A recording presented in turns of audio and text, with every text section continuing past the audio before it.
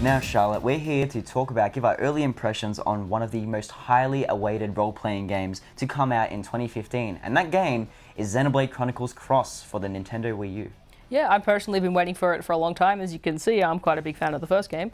And it's just been really great to actually finally be able to play it because I've been waiting for it for so long. Yeah, I mean, it's been about 3 years. I mean, this game was announced early on within the Wii U's lifespan, so we've all been waiting for this one pretty heavily, haven't we? Yeah, I know a number of friends who are really keen to get into it as well. Okay, so let's talk about the narrative. So with the narrative, you are an avatar, nameless avatar, so not Shulk this time, who is helping rebuild humanity after crash landing on a planet, an alien planet called Mira, after the Earth was destroyed during a long winding war between the Earth as well as some very unknown alien life forces.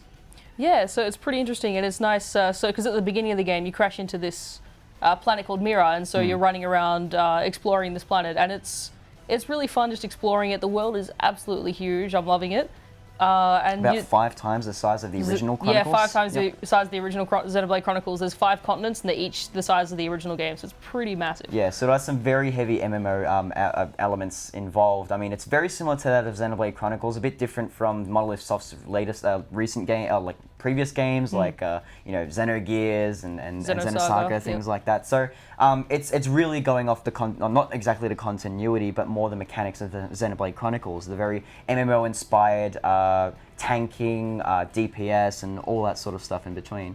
Yeah, it's pretty interesting playing it. The battle system's a lot of fun. It's that sort of MMO-style battle art palette. Yep, as well as the placement. The placement's also very important. Yes. So there's certain attacks and arts that you use which have cooldowns, but the placement is what you really need to get right, especially when certain attacks have certain special boosted attack abilities or critical hit rates if you're hitting people from the back or the side or the front. Yeah, and there's also, you can take into account terrain, so you can hit enemies from above, below, or from the same middle ground, and that will also have an effect on crit rates and special abilities, all kinds of things, and accuracy. It's pretty interesting. Definitely comes into play once you start getting the scales, which are these big mobile suits built for combat, and you have these massive enemies. You've got smaller enemies, and then you have the big ones, which are about 10 stories high, and then that kind of comes into play of like high, medium, low. Having the higher ground or the lower ground is definitely integral to how you fight.